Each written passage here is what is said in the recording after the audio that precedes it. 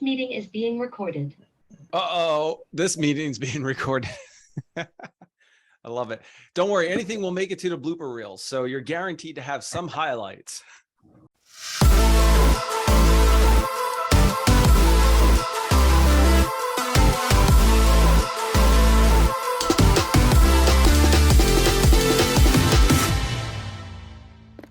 All right, let's kick things off. Ready? 3, 2, 1. Please join me in welcoming Justin Garrison, Senior Developer Advocate for AWS, to the show. Justin, thanks for joining me.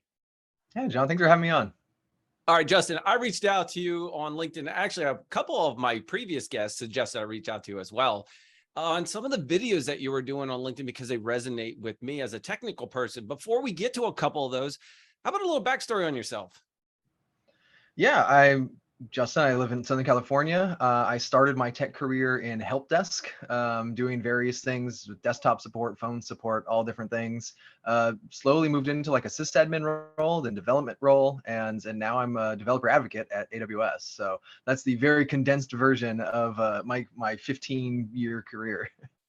Okay, Justin, some of my other guests will give me at least 5 minutes long. I think that was a 30-second like elevator pitch onto your career. We got to peel that back a little bit. Help desk. You were in help desk as well. Is that a tradition that every person in IT must enter into help desk to understand things before they progress?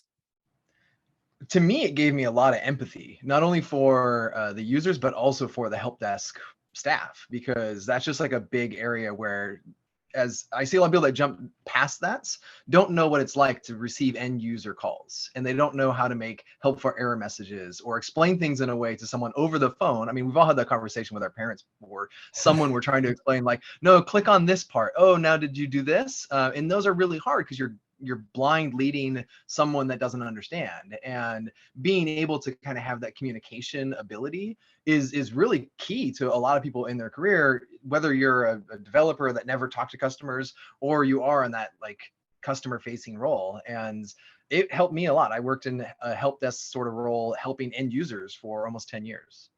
I think that's helped you kind of put together some of your videos. I've watched a number of them on LinkedIn, YouTube. We're going to talk fully on why you and how you put these together. A little bit more about you as a senior developer advocate at AWS. Really, what do you do? I make videos, of course. Well, so do I, but yours are definitely entertaining and very informative. I really enjoy them. But okay, so you make videos. You make videos about what?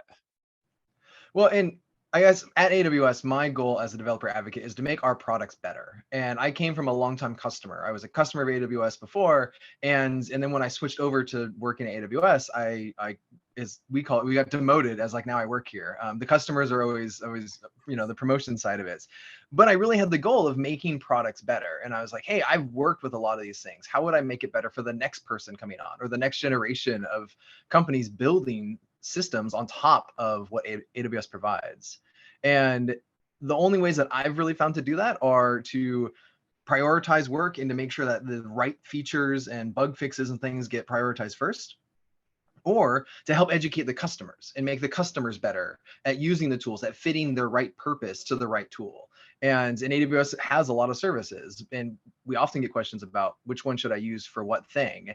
And I try to educate people in those areas of saying like, hey, I can help save you time by educating you up front and saying, oh, maybe if you're using this type of service or you're building this sort of thing, you want to focus on using this service inside of AWS. And those are the two ways that I've found the best way to make the products better. And that's really where I just focus. I just kind of go back and forth between making the product prioritization and writing code to actually help the service itself. And the other side, switching to then telling customers and saying, hey, this is how you should use this thing, or this is how you can understand this new feature we created, or how it works.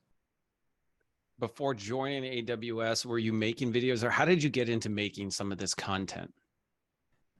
That's actually a really long history. I grew up. Is it longer than your elevator pitch? Because we've got time.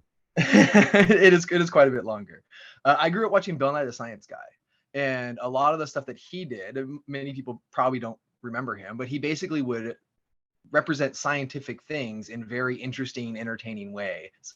And I worked at Disney for quite a long time, and I love a quote from Walt who said a long time ago that I would rather entertain and hope people learn something than educate and hope they were entertained.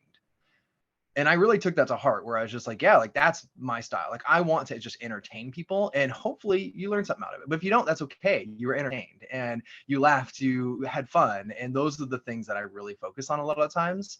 And Bill Nye the Science Guy, I think, really did that. And even throughout my life, like other people start doing that in different areas. Alton Brown is another one who's a cook who does things in very interesting sort of like, not cartoony, but like he has props for things and he has puppets and he tries to explain the things that are invisible to what's happening inside your food, and he makes them big and visible. And I've been doing that with technology videos for a long time, actually. I found an old video that I filmed over 10 years ago at a job that I was working part-time writing for a website called howtogeek.com. And I wanted to make a video series for them. So I started grabbing my friends and we just started filming weird random stuff that I was like, oh, how does a hard drive work? Well, maybe I represent it with a filing cabinet. And I have never edited those videos. They're really bad. But I realized it was a passion of mine over 10 years ago that I was making these sort of videos of like, how do you make the invisible things visible? How do you teach people about things that are really hard to grasp and understand in a way that's memorable? And it's not always the same like 1-to-1 ratio. Like, oh yeah, this is exactly how this thing works. But learning is really just a series of more true or less true lies, right? Like we start off and it's like, oh, what's the sun? Oh, it's like, it's energy. Oh no, like what's the sun? Oh, it's a star. Okay, well, what's the sun? Oh, it's actually like fusion happening in atoms that create all this heat. Like you have to get progressively closer and closer to that thing that is more true than when you started out. And a lot of my videos start at that very high level entry, sort of like, hey, what is just this thing? How do I conceptually understand it? And I like to kind of meet people there and then dive deeper if they want to understand more. I try to like go into some of the details of like, okay, now how do you understand this piece of that puzzle that they're trying to learn? How to Geek. Oh, that brings back memories. Wait, so I've probably watched some of your stuff. Does that still exist? Yeah, absolutely. Lowell and the gang, they've been running it for quite a while. They've expanded quite a bit to different stuff. I did mainly Linux content for them for 2 years. That was my sort of focus. Was I was a Linux desktop user. I ran a podcast for Linux Mint. Myself and someone else in the community started it, and we ran that for 2 years. I wrote for How to Geek for a couple years, and these were all just kind of things that I was volunteering for. How to Geek, I got paid, but it was I think it was like $20 an article at the time. And so it wasn't much, but I would spend, a few hours like researching and creating stuff. And a lot of times I was just creating stuff for myself. And I was just like, hey, what thing did I learn this week? I've always been kind of a nerd with Linux, building my own home theater PCs, my network storage, hosting stuff on my LAN, and then figuring out, okay, now how do I teach someone how to do this? Let me do step by step. So they can just cut through all of the forum posts and bad documentation that I had to go through. Bill Nye, Alton Brown, Good Eats was his thing where and I loved watching his show and how he could break down, the food and everything is really good. You kind of approach content the same way that I kind of do, though mine are not as entertaining as yours. Maybe I will get there. Maybe I got to do some more funny stuff on it and enjoyable using different props. But if you run across an issue or a problem, isn't it weird how you think, I got to share this with everybody. I got to write something. I got to put something together because I can't be the only one that just came across it. The really interesting part to me was doing that stuff when I learned it. And then 5 years or more later, someone sends me a message. I just learned this thing from you. Thank you so much. And it's like those residual sort of benefits are amazing, because I never would have thought, when I was learning it, that was my time in that progression of what I was doing. And maybe I don't even touch that technology anymore. Maybe I've even forgotten what I've written. But people are all on different journeys, and everyone is going through their path at different times. And by having this sort of asynchronous communication between people, it makes it so much easier just to reach a broader audience at not only different locations, but also different time periods of their lives, or just in general. Like, I don't know what the world's going to be like in 2 years. So I don't even know if some stuff I'm writing is relevant in 2 years, but that doesn't matter, because I can still write it down for me. When I teach it, I learn it better. I cement it in my own mind as well, because then I can kind of go back to that sort of, how did I explain this before? Oh yeah, that was the thing I did. I did a talk at KubeCon probably 4 years ago now. And I gave that talk a few times at different conferences. And now it's just my go-to way to represent when someone's like, what's Kubernetes? And it's like the thing that I kind of got involved in. And now I was like, okay, well, let's pull up a Google Sheet, right? Here's a spreadsheet, and I'll show you how Kubernetes works. And that's literally what the talk was about, was like, let's show you what Kubernetes is, and we'll do it with a spreadsheet, because people can visually understand spreadsheets more than they can understand API servers and databases and all this other stuff. Speaking of Kubernetes, you had some content I want to talk about, because I really enjoyed. I watched you had a 4x4, not a 2x4, a 4x4 to a plastic container for autoscaler. You want to talk about how you came up with this content? Because first of all, everybody, I implore you to go check it out. Follow Justin on LinkedIn. We'll talk about some more places that you can actually follow him. But this video is very informative, and I liked it because all of a sudden you're like, oh yeah, here's a Linux memory controller, bam, and you broke it all over the place. You want to talk how you created that and came up with that video? I think some of the things that have resonated the most with people are the things that I don't think too much about.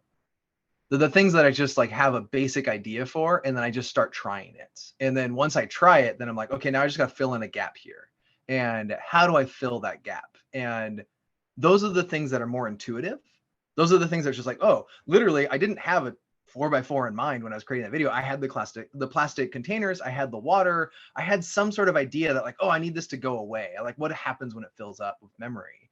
And I had 4x4s, a pile of 4x4s there outside in my backyard where I was shooting it. So I was like, oh, this will work. And that sort of like, not only was it surprising to people, right? Like, where did this come from? But also like, it was funny. Like, it was just like that surprise, that contrast of like, you're explaining something and then you get surprised something is like, oh, that was memorable because it wasn't really thought out. It wasn't planned. It wasn't scripted. And even in the video, like, I'm laughing. Like, I hit the cup and water went everywhere. Like, my phone was soaking wet, the microphone was wet, and I was laughing because I was like, oh, did I just ruin everything? And so I cut it at the laugh basically, but I had to like stop and like clean everything. I was like, is everything okay still?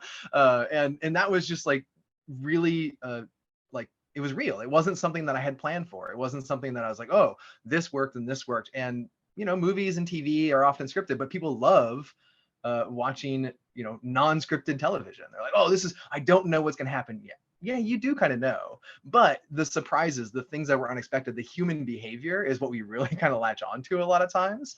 And even live streaming, people love live streaming because you don't know how someone's going to react or what's going to happen. And so when you're doing like a demo on stage or a live stream, video games or technology, people love that because they're like, where's the suspense is I don't know what's going to happen next. And just being a little bit, creative in that mindset of just like, how would I explain this right now with what I have around me, is something that is not only a little freeing because I don't have to think about it too much, but also it seems to resonate more because I guess some people think like I do, or at least like those sort of analogies that come to me. And yeah, like, everyone thinks different. Everyone has different ways of teaching things.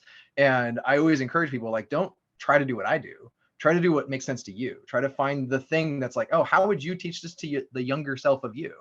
And I bet you there's other people out there that learn the same way. And everyone that's listening to you or watching you now will resonate with that if they really like the style of your teaching and the way you learn. Unscripted. That's really how I like to run the podcast and our conversations.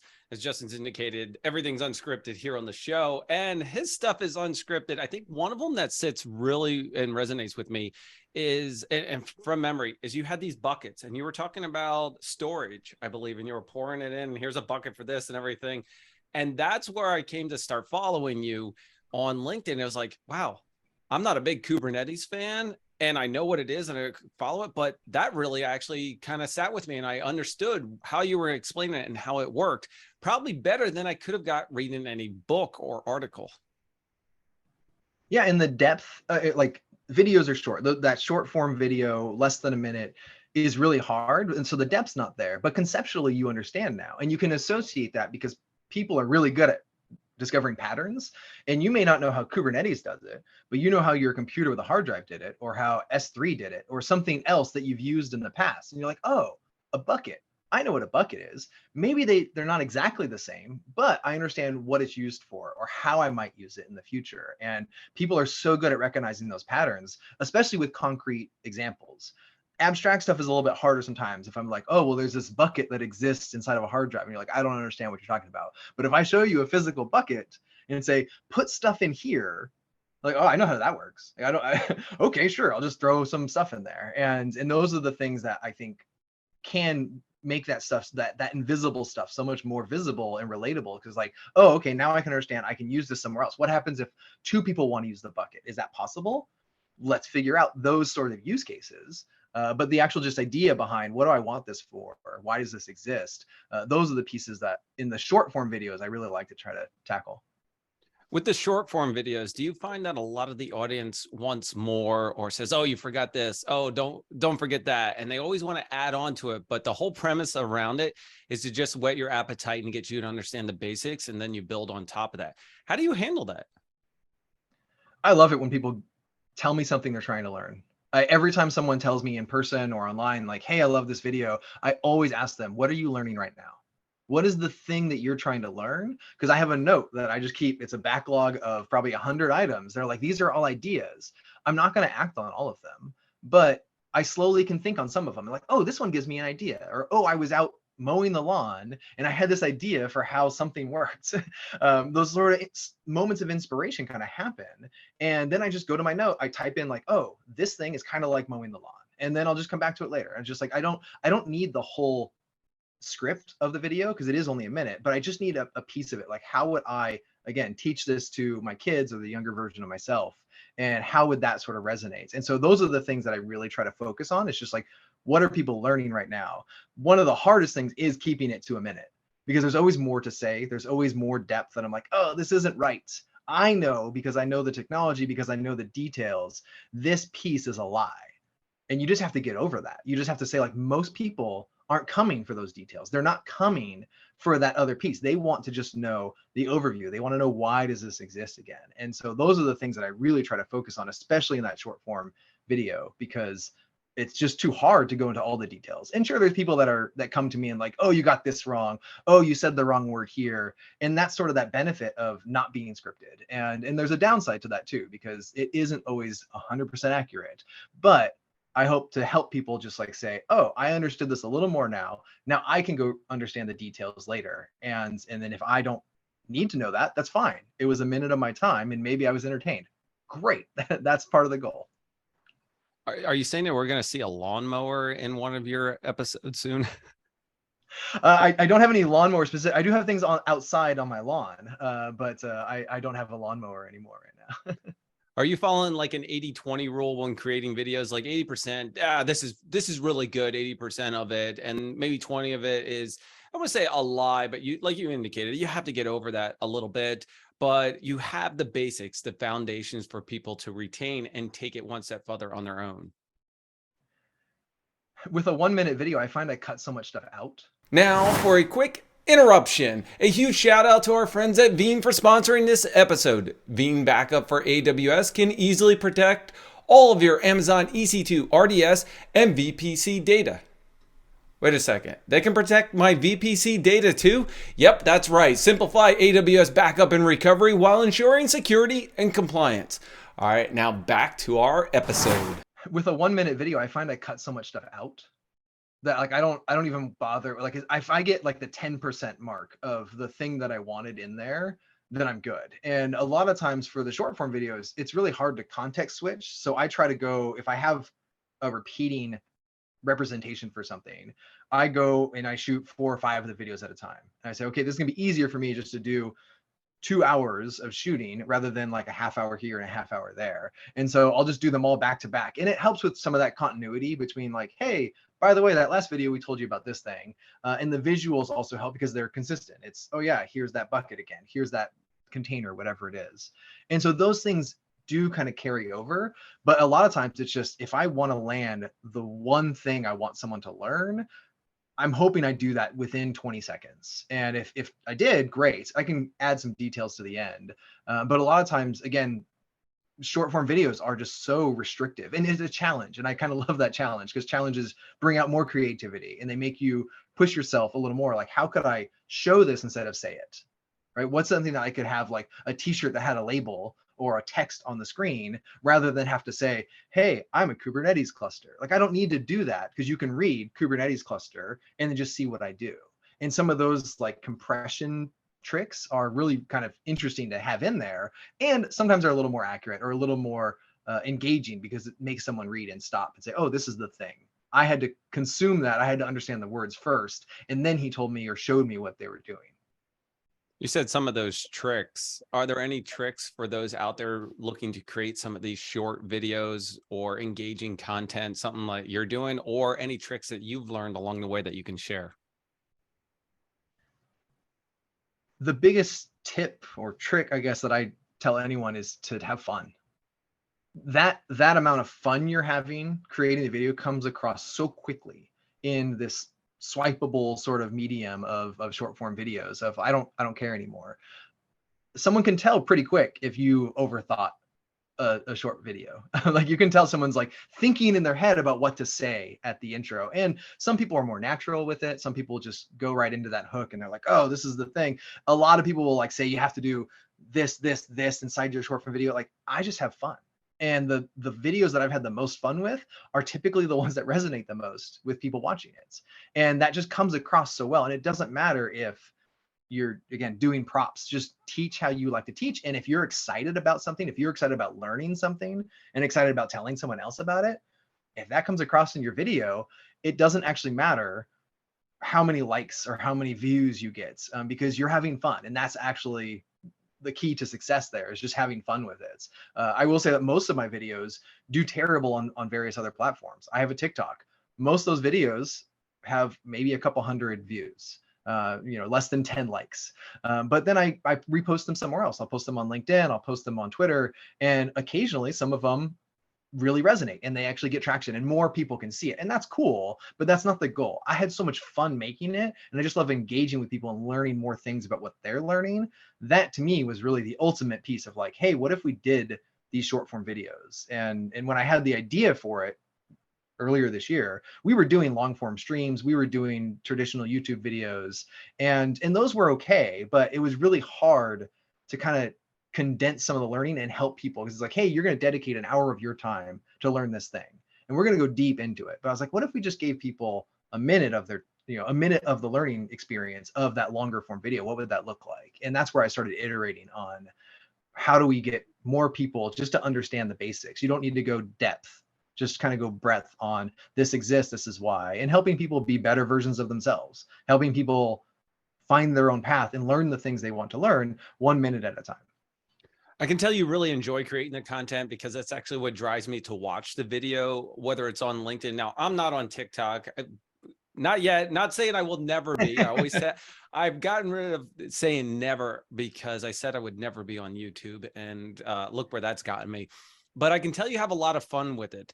Do you have people reaching out to you for like ideas? Hey, could you create this, but think of something? Or is it harder to think of something for somebody else or versus yourself? It's usually harder to think of something for someone else. A lot of the feedback I've got from people is, what are you learning? And they're like, oh, I learned this fantastic new technology and I don't know anything about it. And those are things I'm like, wow, this sounds interesting, but I would have to start from scratch. And starting from scratch is okay, because I can go from, hey, I spent 3 hours reading the docs. This is the thing I learned in a minute. And that's still okay. You can still teach those things too. But it's hard to kind of connect and represent some of those patterns unless I'm able to connect them to something else that I know. Because when I went from being a sysadmin to a developer, I had to figure out what was it like running servers, and now what is it like writing code? And all of the things that I would associate code with a Linux service or a text file on, like something like at a Linux level, at a file system level. I'm like, okay, how does this work? How does this library work? How does this other thing work? And I always associated those things back and forth with the things that I knew in the past. And so those are the easier things to teach, I think, when you have a connection yourself to something in the past. And you're like, oh, this is kind of like that other thing. I bet you there's other people that also connect it the same way, and you can explain it that way, and they'll help them come forward to learn a new thing. But learning, or teaching things that are like out there as far as I've never touched it before, it's really just a matter of immersing myself in it to kind of understand what do I think the essence of this thing is, or why does this exist? Which is really, again, like the videos I create. You can tell people something exists, which is more just like, hey, look at this website. You can tell people how to do something, which is like, oh, take these steps. Or you can tell someone, why is it here? And the why is it here, I think, are the more abstract things. Those are the things I tend to focus on. The details of like, oh, here's the how to, run a for loop in bash or something. Like I could show you that text on a screen and it's not going to be the most exciting. People will absolutely learn from it. Some people are going to love it because they're at that point of, I need to learn how to do this. But that's not the people I'm trying to reach right now. And the people that I'm trying to reach are, hey, I'm just trying to get into this Kubernetes thing. What is it for? Why would I use it? Why would I run it in AWS? Those are all areas that I really focus on that audience, just to kind of reach out to them and say, yeah, this is, if you're starting from scratch, let's just let you know, would you want to use this at all? Why are these things here? And then we'll go from there. For loop in bash. Have you created a video yet for that? Because that sounds like an idea. I can see like a revolving, like, okay, knock one off. Oh, okay. We're gonna have to spitball that idea. You write that down on your list, +1 from me. I would love to see what that video contains. Maybe some yard stuff, something around the house, maybe the books on your shelf, whatever. But that'd be an idea. I do have sketches for like more complex systems that I was like, hey, if I had budget, here's what I would build. And they're actually like larger, like made out of wood with flywheels and all this stuff, like just things I'm like, hey, how do I think this works? How does this software do this thing? And then how do I represent that visually? And I literally have sketches in a notebook that are just like, okay, this is where it would start. You would drop the workload in here and it would go up this way. And all this stuff kind of connects of like a physical sort of like CI/CD deployment system of like, okay, here's where the build happens. How does that work? What does that do? Okay, now how do I deploy that? How do I do A/B testing? How do I do things like feature flags? All of those things are really abstract concepts. And some developers have been doing it for a long time. Sure, they understand the functionality of it, but people that are getting new to development, getting started in this area, they have no idea, why do I need this? Why is this thing important for me to learn? And being able to represent, like, here's every stage of what's happening with the software lifecycle. Those are all things that, yeah, I have all sorts of like ideas for, okay, how would I do this thing? And I just go back to, how would I learn it? How would I represent that? How would I teach it to myself 10 years ago? How often do you run into the issue where you have all these great ideas, but you just can't get them done, can't record them? There's just so many that are coming on like, oh man, I need to take a week off to just pile all these in and start recording. I'm like, how do you pick and choose between which ones you're going to do and which ones you won't do? I mean, I know you said which ones like maybe resonate with yourself, but what about those are reaching out to you? I mean, how do you pick?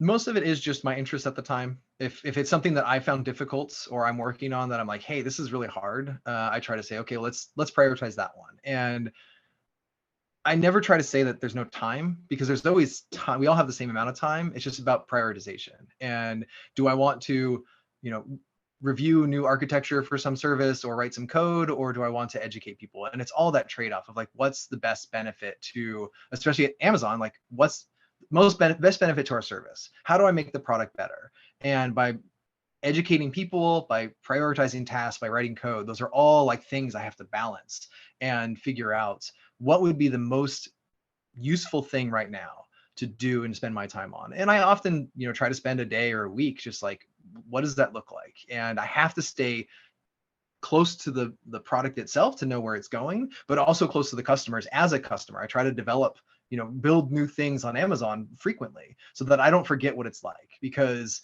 that's really easy to do when you're not exercising that muscle, when you're not building on something all the time. You just kind of forget. You're like, oh, well, yeah, this is what it was like 5 years ago, but that's not what it's like to get started today, because docs have changed and examples have changed and versions have updated. And so if I'm starting something new, I really have to dive back into it and say, okay, now I need to write this code again and figure out what is it like to deploy something from scratch today. And then I can say, oh, you know what? Here's the problem. Is this problem that we don't have docs for it? Is it a problem with the service? Or is it a problem of education and I'm using it wrong? And in some cases, I was using it wrong, and that's okay. Let me try to steer some people in to understand, this is what this piece of the service is for. Here's how you should maybe use it. And now you could avoid a whole day of, oh, this doesn't work. It's like, actually, no, we have another thing for that. Or here's another example on what you should be doing with it. You mentioned what you're working on. Can you let us know a couple of things you might be working on that might be upcoming that you're going to be releasing? So I work with a lot with the EKS Anywhere team, which is our open source on-premises Kubernetes management service. So you can run EKS clusters on-prem. I came from running data centers in the back, as background as a sysadmin, a system engineer. So I love hardware. I actually really like data centers, but I understand just how slow and inefficient they can be, and kind of stuck in the past in a lot of ways. So I was really excited when we were working on EKS Anywhere to let people run, manage Kubernetes clusters on-prem. And so I built a home lab computer called Kubernetes with a C, which is built out of an old Mac Cube from the early 2000s. So Apple had this desktop, and I put 4 servers in it. And that was super fun for me, because that was something that, like, if I'm not writing code, I like to be soldering. And I love blinking lights, and I love physically connecting wires together. And sometimes, debugging software and debugging hardware are different skill sets, but I like where they kind of intertwine, where I can say, like, oh, how do I, put a trace point on this software, and how do I do it on this wire? And those sorts of concepts of like troubleshooting them is the same. And so we just launched bare metal, I think a month ago, and it was a huge win for us to be able to say, you can run it on any servers. That was my main focus. Right now I'm going back to sort of like the education mode, where I kind of go and I tell people about, here's all the new stuff, here's what we're going to be doing. I have a bunch more videos that I'm planning on recording. I have 2 this week that are internal for conferences, and then a few next week that I'm planning on recording, releasing on our channel. We have Containers from the Couch as a YouTube channel, some more shorts and some regular videos there. So I have a couple weeks of just educational content where I like, okay, now I switch into educational mode. Near end of September, October, I switch back to like development mode. Now I need to help build and prioritize things. And those are all the things that are leading up to reInvent for us. Amazon has, reInvent is end of November, early December, where we announce all the new stuff. And that's where a lot of teams are working on now. And I need to start developing on it again to say, okay, how am I going to teach someone how to use this in December and January? And I need to switch back to being a developer instead of an educator. And so those sorts of back and forth are really where I kind of swing on both sides at Amazon, where I just spend a few months building on something, prioritizing stuff, reading docs, understanding how it works, and then a few months teaching it and saying, okay, here's some example code, here's how you can use it, here's a physical hardware that I built to show you how it works, those sorts of things, and then making videos and content and blog posts to help people understand and use it better. Will we be seeing you at reInvent? Maybe a workshop speaking session? At this point, I don't have plans to be at reInvent. I have a bunch of travel in some internal conferences in September, and then I'll be at DevSlam in Dubai in October, which is I'm excited to go to, and as well as probably KubeCon in Detroit in October. So I have some travel around that time, but I don't try to travel too much. I try to do virtual things if I can. A handful of trips a year is kind of where I'm trying to stay, just with family and with my own health and safety. I try not to go around too large of crowds. So I've been really thankful that my management at Amazon has been very open to saying, like, hey, I don't really feel like going to Vegas with thousands of people right now, unless the situation changes. It's just not something that I really feel comfortable with. Yeah, but no problem. And will we be seeing your content though at reInvent? So you said you were working on some things and upcoming. Will be people presenting some of the videos that you either made or will be shared across reInvent? Will it be at any of the workshops or sessions? Nothing that I like directly made. There's a lot of things that I contribute to, workshops and kind of slide decks and launches and that sort of stuff that I help with, but nothing I don't have anything planned that I'm making content, at least not right now, that's like going to be up on stage somewhere at reInvent. Not yet. You can't say never, because I think Nope. I think one of your videos that you're going to create between now and then might make it to one of either the sessions, maybe hopefully a keynote session. Wouldn't that be great? I would love to I've never given a keynote, which is always something that I was like, hey, maybe there'll be a keynote sometime in my future. And if there is, I guarantee you there'll be props, because that's just the type of, keynote and talks that I like to give. I actually was really proud as an ex-Amazonian myself. One of the keynotes that happened for Deep Racer, it was pretty cool because my Deep Racer TV session that I did here in my basement during the whole lockdown stuff actually made it to the keynote. I was actually on it. I was like, whoa, that was cool. It was like, check that off the bucket list. Sweet. That's always one to wrap it up. So Justin, where can folks find you, your content, your information? I know you mentioned TikTok. So if you want to start there, how do they follow you on TikTok and see some of your cool videos? And then maybe YouTube, LinkedIn. Yeah, TikTok, I'm Justin Lee Garrison. It's still a personal account. I post all those videos on there, but also there's other things that I maybe don't publish to our traditional like work accounts and that sort of stuff.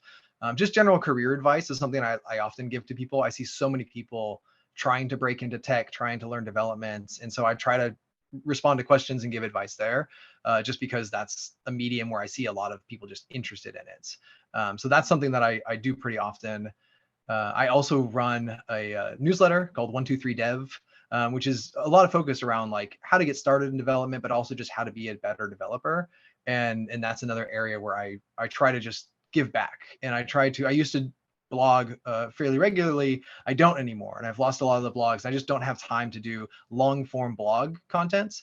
And so the idea behind 123 Dev was I wanted to just give myself some structure. And so it's one GIF every week. It's 2 comments from me about something, and it's 3 links. And those are the 3 pieces of content that I put in there. And I realized that like I can actually associate a lot of things to GIFs. And GIFs was actually my first sort of short form educational content where I was creating GIFs about how would something work. And they were always just like animations. I worked at Disney Animation for a long time, not as an animator, but as in technology. And I learned how these like shorts could be so impactful, and you don't need a full movie length to actually teach someone something or entertain someone. And so I kept thinking like, well, GIFs are really just short video. They're short movies in a lot of ways. And how do I create content based or themed around a GIF and give someone a visual aid of saying like, here's a comment, it might relate to that GIF, but in a developer perspective. And how would I become a better developer based on that sort of visual aid? And so it's another thing that I kind of do as a weekly newsletter. I'm a little curious about the Disney aspect. What were you doing at Disney again?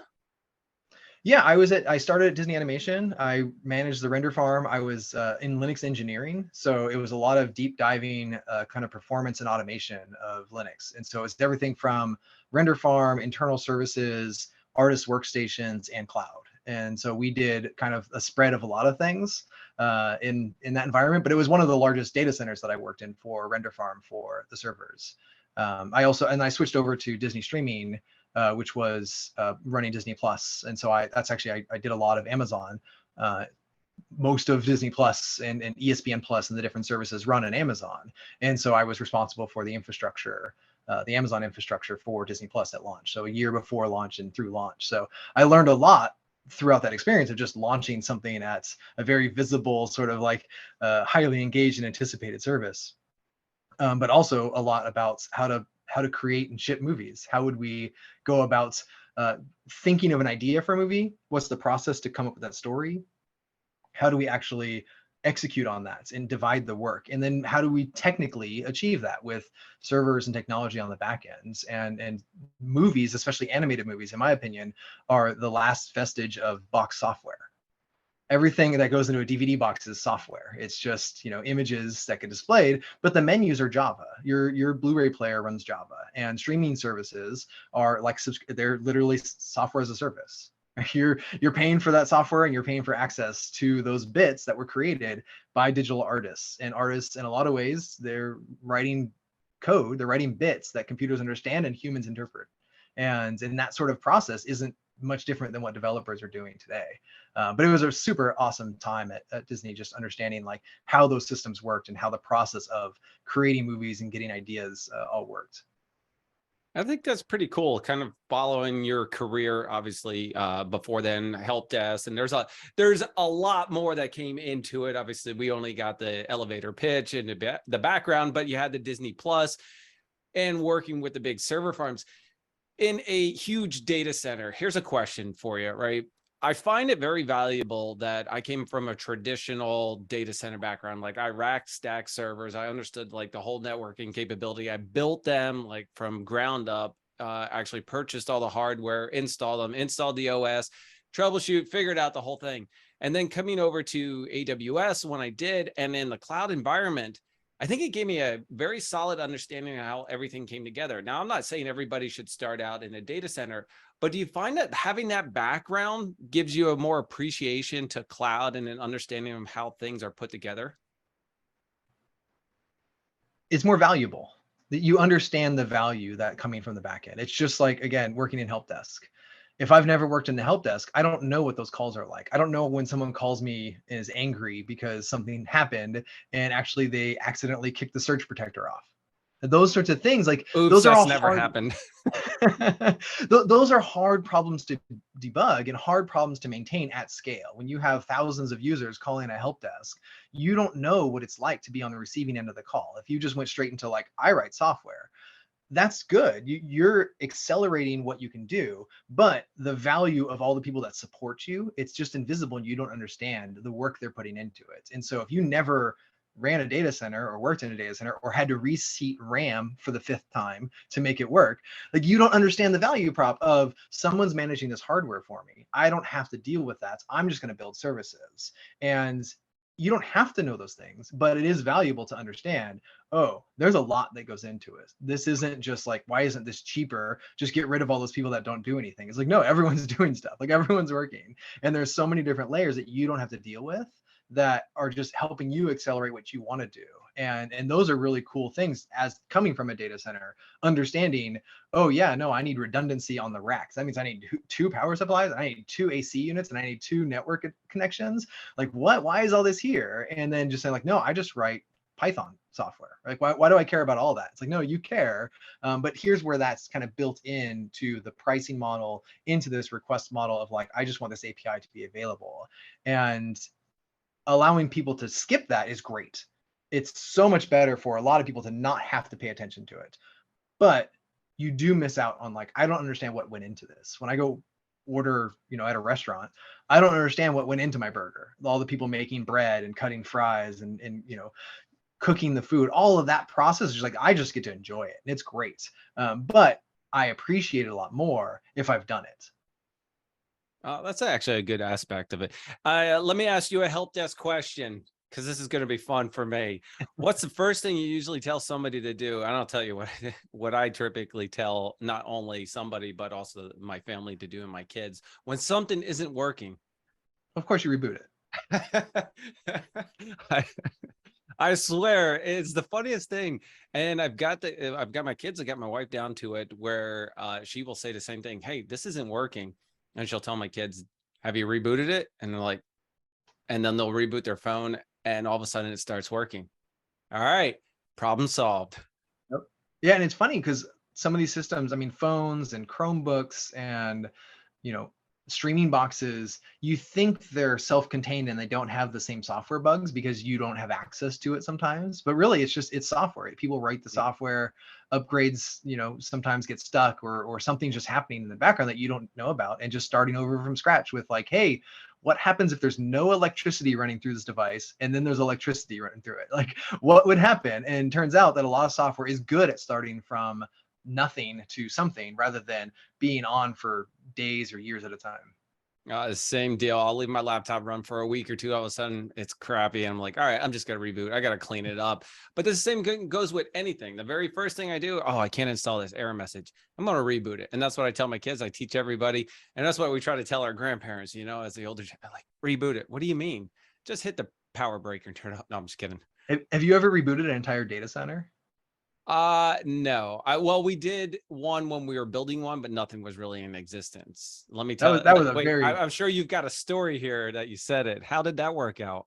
it was a very exciting process for us. One time we had an AC unit being replaced, and we knew we couldn't run the actual data center on it, and we took advantage of that by saying, hey, core switches, some things need to be upgraded. You can't core switches, you can fail over all this stuff, but I always assumed that it was just like, well, yeah, just start the basic things first and then go in order. And I was like, maybe, a few people can do it. It took us a team of people overnight to make sure that everything started and stopped in order. And there was a lot of pieces we had in metadata about like starting order. Like, when does this start? When can it start? When does this shut down? And we had a metadata service that we relied upon. And I never even paid attention to it before. Just like, why, what are these numbers for? What is this about? They're like, that's the start order. I'm like, when do you do this? And like, once every couple of years, we have to reboot, because running a data center, again, you have to pay attention to, like, the city's going to cut my power because they need to do maintenance, and you're reliant on other systems that aren't just in your control. And so when you lose AC or these other critical systems, you have to start from scratch. And starting an entire data center of thousands of machines from no power, lights are out, to, hey, is this all working now? And then being able to validate those things and run tests against it. We think that oftentimes, like, writing code and end-to-end test is difficult, and doing that at a data center with hundreds or thousands of machines is even more so. Where it's just like, wow, now I have to not only understand all the software, but how it connects to something else, and did network come up properly, and all the rules need to be persistent. So it was a really exciting experience, and not without incident, but also it was all planned, which is, having an unplanned data center reboot's the worst. How long did it take you to plan and coordinate that? Thankfully, again, there was a lot of people that came before me that had done it, and they knew ahead of time we had to build systems to say we have to have reboot orders. And if we didn't have those things, it would have taken us probably a full weekend, maybe a full week, just to make sure, oh, this is a dependency, go look at the logs. But being able to have people there that have been doing it already, they're like, no, we have all this metadata right now. So it took, I think it was like 7 or 8 hours to kind of go turn it off and make sure that, the ACs switch the plugs basically, and then bring it all back up. You didn't try a hot swap? No, I'm just kidding. That would have been nerve-wracking. Yeah, but very fun. I'm sure it was probably nervous, but you had a team there behind you. So Justin, thank you so much for joining me on the show. I really appreciate you giving everybody an insight on what you do, the content you create, where you've come from, and some of the ideas that you have upcoming. Yeah, thank you so much for having me on the show. I try to stay engaged with people. I'm a lot of times, again, like, I'm on TikTok. I'm also on Twitter. I'm Rothgar on Twitter, which is probably where I hang out the most. And if you want feedback or video ideas, send them to me over there. I'll be sure to drop you a couple as I put some together myself, trying to follow your entertainment and informative sessions. All right, everybody, Senior Developer Advocate at AWS, Justin Garrison. Justin, thank you so much for joining me. Yeah, thanks, John. All right. My name's John Myer, your host. Thank you for joining and watching the John Myer podcast. Don't forget to hit that like, subscribe, and notify, because guess what, folks? We're out of here.